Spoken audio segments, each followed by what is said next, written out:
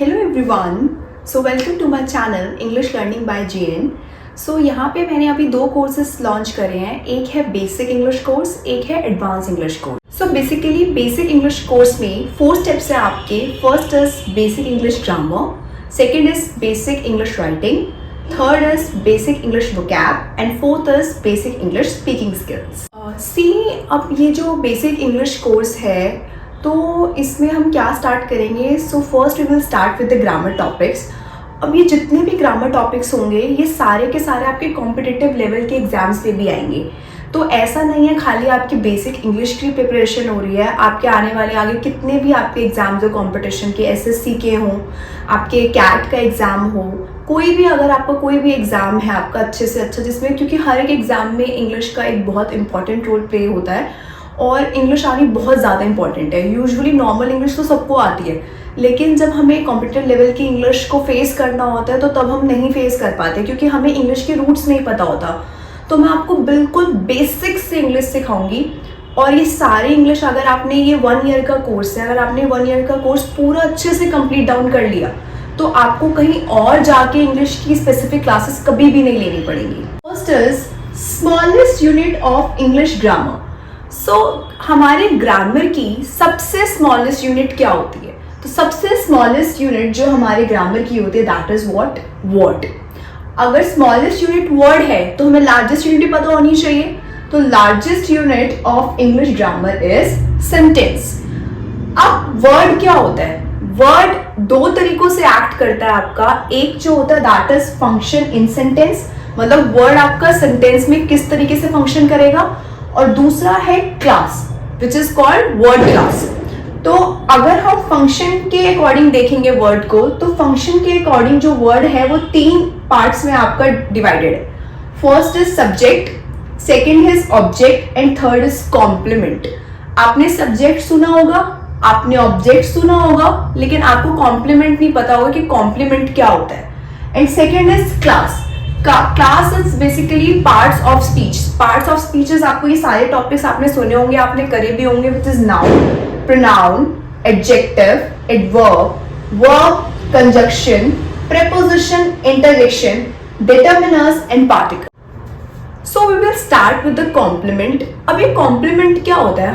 हमने सब्जेक्ट सुना है, हमने ऑब्जेक्ट सुना है, लेकिन हमें कॉम्प्लीमेंट नहीं पता क्या होता है। ट्रस्ट मी, आप लोग को पता है कॉम्प्लीमेंट क्या होता है, लेकिन आपको ये नहीं पता कि वो कॉम्प्लीमेंट है। आपको लगता है कि जो भी सेंटेंस का लास्ट वर्ड होता है वो ऑब्जेक्ट है, बट ऐसा नहीं होता। लेट्स सी, अभी हम ये वाला पार्ट स्किप कर रहे हैं बिकॉज इस पे हम बाद में जाएंगे। पहले हम ये पढ़ेंगे कॉम्प्लीमेंट क्या है। तो कॉम्प्लीमेंट को आइडेंटिफाई करने के लिए हमें वर्ब पढ़ना पड़ेगा। अब हमें पता है कि जो वर्ब होती हैं वो 2 टाइप्स की होती है। एक होती है आपकी हेल्पिंग वर्ब, एक होती है आपकी मेन वर्ब। अब वर्ब जो होती है वो बी की फॉर्म में होती है which is am are, was, were and been. मतलब जो हेल्पिंग वर्ब आपकी बी होती है उसकी 3 फॉर्म्स होती हैं, is, am are, was, were and been. Plus ये जो बी है ये हेल्पिंग वर्ब की तरह नहीं, ये कभी कभी आपका मेन वर्ब की तरह भी क्या करता है, ये एक्ट करता है। लेट्स सी कि वो मेन वर्ब की तरह कैसे एक्ट करता है या हेल्पिंग वर्ब की तरह कैसे एक्ट करता है और कॉम्प्लीमेंट में उसका क्या रोल है। सी, अब ये जो बी है ये 2 रूल्स है आपके। First is helping verb plus main verb की first form plus ING, and जो सेकेंड है दैट इज हेल्पिंग वर्ब जो आपका एक्ट करेगी as a main verb but without verb की फर्स्ट फॉर्म प्लस आईएनजी। अब हमें हेल्पिंग वर्ब तो मैंने आपको बता दिया कौन कौन सी होती है, is, am are, was, were and been. अब मेन वर्ब कौन सी होती है और मेन वर्ब की भी first form, like playing.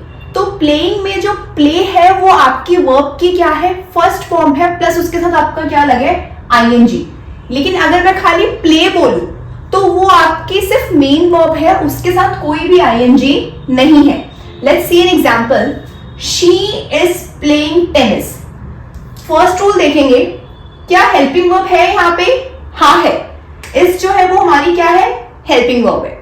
Second, main verb की फर्स्ट फॉर्म क्या है आपकी, प्लेइंग। प्ले है मेन वर्ब की फर्स्ट फॉर्म, प्लस इसके साथ क्या है, आईएनजी। तो she is playing tennis. Clear है?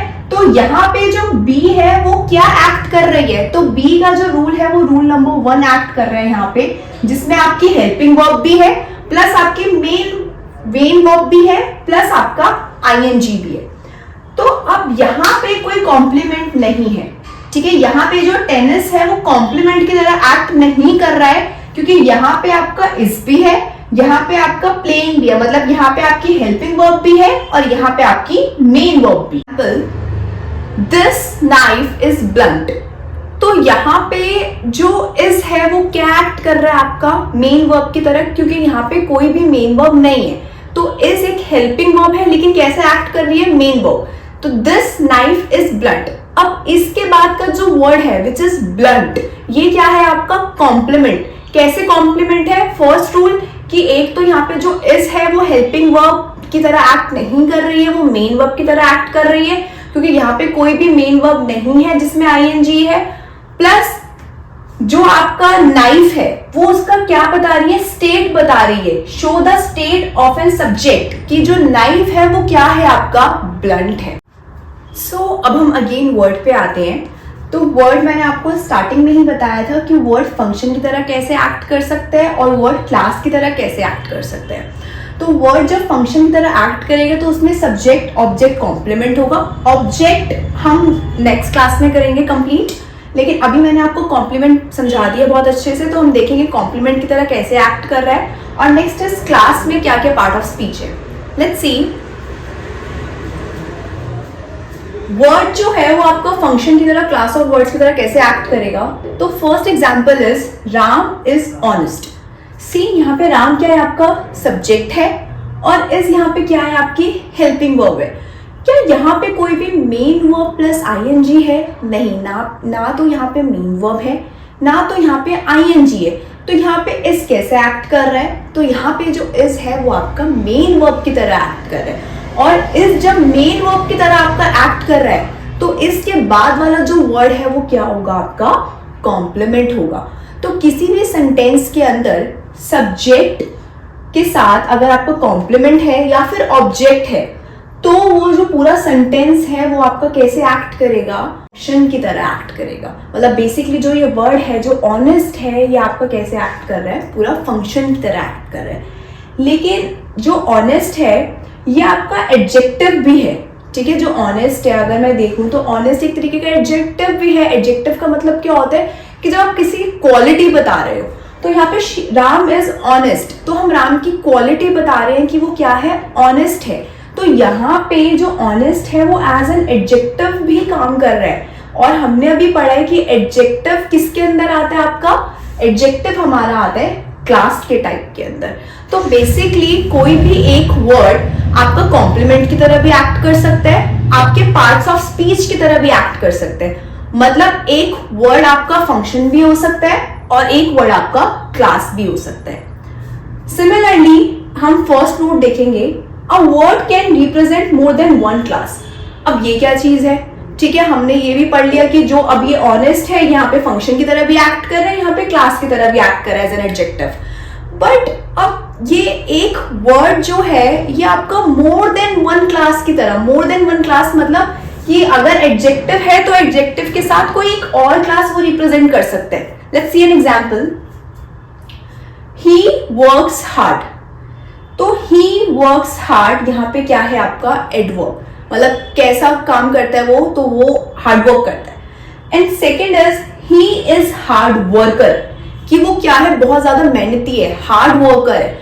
तो यहाँ पे जो हार्ड है वो क्या है आपका एडवर्ब है और यहाँ पे ही इज हार्ड वर्कर क्या है आपका एडजेक्टिव है। तो यहाँ पे हार्ड एज एन एडजेक्टिव काम कर रहा है और यहाँ पे हार्ड एज एन एडवर्ब काम। आई होप आपको सारे टॉपिक समझ में आए हैं।